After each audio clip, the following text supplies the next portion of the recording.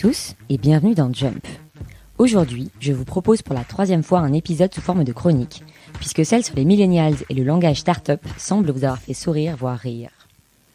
Bien sûr, ce que je dis dans ce type d'épisode n'engage que moi, et ne le prenez pas personnellement si vous ne vous retrouvez pas dans ce que je raconte. Ceci étant dit, on va parler aujourd'hui d'un mot, d'une notion, qui fait partie des aspirations de beaucoup de monde, à savoir le bonheur. Il est où le bonheur? Il est où? Il est où? Rassurez-vous, je ne vais pas me lancer dans une dissertation en 3 parties et 3 sous-parties sur ce terme, mais je vais essayer de comprendre pourquoi il est devenu aussi présent dans notre vocabulaire et qu'est-ce qui fait que certaines personnes y semblent plus prédisposées que d'autres. C'est un sujet qui m'a beaucoup intéressée et je vais notamment faire référence à des théories développées dans Sapiens, ainsi que dans le TED Talk « Qu'est-ce qui fait une vie réussie ?» Le premier constat, c'est qu'aujourd'hui, le bonheur est devenu une injonction, voire presque une religion. Du Happy Meal à l'Happy Hour, en passant par les Happiness Managers qui peuplent les startups, ce terme est omniprésent. Et ce n'est pas Pharrell Williams qui me contredira.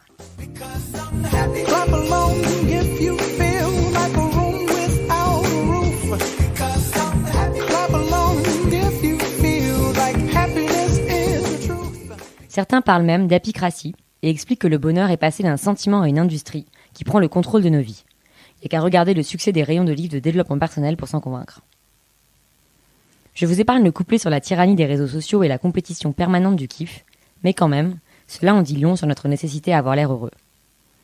Mais alors, est-ce qu'on fait tous semblant d'être super heureux sur Instagram pour épater la galerie et mieux masquer nos angoisses? En tout cas, une chose est sûre, la comparaison n'aide pas puisque le bonheur dépend moins de conditions objectives que de nos attentes subjectives. Et donc, en scrollant sur Instagram, ce décalage entre attente et réalité ne peut que s'agrandir. Mais comment fait-on pour atteindre ce fameux bonheur? Selon notre amie Angèle, le spleen n'est plus à la mode, c'est pas compliqué d'être heureux. Mais est-ce vraiment si simple? Selon plusieurs études, on aurait tous un niveau moyen de bonheur, auquel on reviendrait quoi qu'il arrive, malgré des pics de bonheur ou de malheur parfois.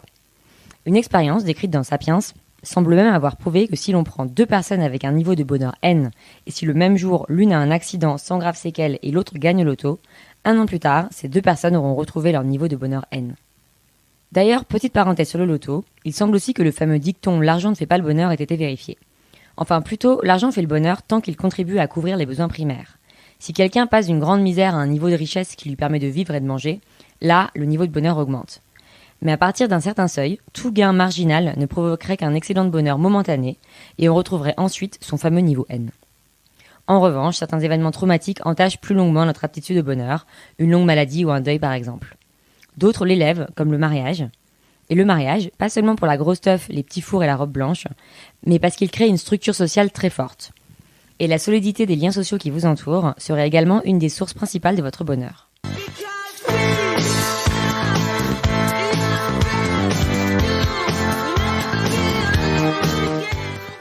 Le fait de faire des projets, et donc d'anticiper un bonheur lié à la réalisation de ces derniers, aurait également un impact positif sur notre niveau de bonheur moyen. Les projets créent des zones de kiff avant et après leur réalisation. Parce que la satisfaction que l'on retire d'un projet se résume très rarement à son seul résultat. Comme dit le proverbe, l'important ce n'est pas la destination, c'est le voyage. Mais notre niveau de bonheur moyen, on le doit aussi et surtout à certaines hormones, notamment la fameuse sérotonine, que chacun sécrète à un niveau fixe toute sa vie. Plus on en sécrèterait, plus on serait heureux. En témoigne le succès des drogues telles que la MDMA ou l'ecstasy, qui en accroissent momentanément et artificiellement la production.